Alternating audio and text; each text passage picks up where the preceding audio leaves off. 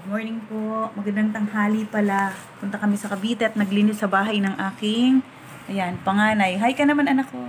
Ayan po, ito yung kanyang munting minanang bahay sa kanyang tatay. Ayan po. Ayan, panganay kong kapatid ko po. Grabe nilinis po namin. Palibasa, isang taon halos namin ito. Hindi napuntahan. Ito yung itsura. Yung dumi sa labas dyan. Pinalis po namin. Ayan. Madumi, ba't ko yun? Mangangain po kami. Sobrang kalat. Ni Mama Sid. At kasama Tsaka namin ni ang kanyang Mama bunso. She. Sino naglinis?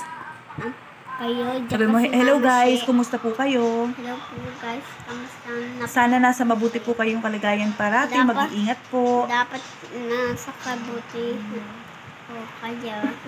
God bless po. God bless everyone. God bless. Dapat nasa abutihin po. Ayan, nangangain po yung aming madam. Mang-alok ka naman, anak. Wala akong headset.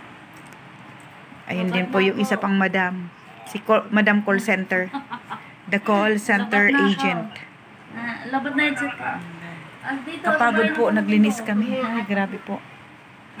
Kapagod po maglinis. Ayan po. Alikabok. Alikabok. Sige po. Kakain muna po kami ng alta. Bumili na lang po kami ng pakwan. Nene, hi nene. Ayan ang mama ni Kiel.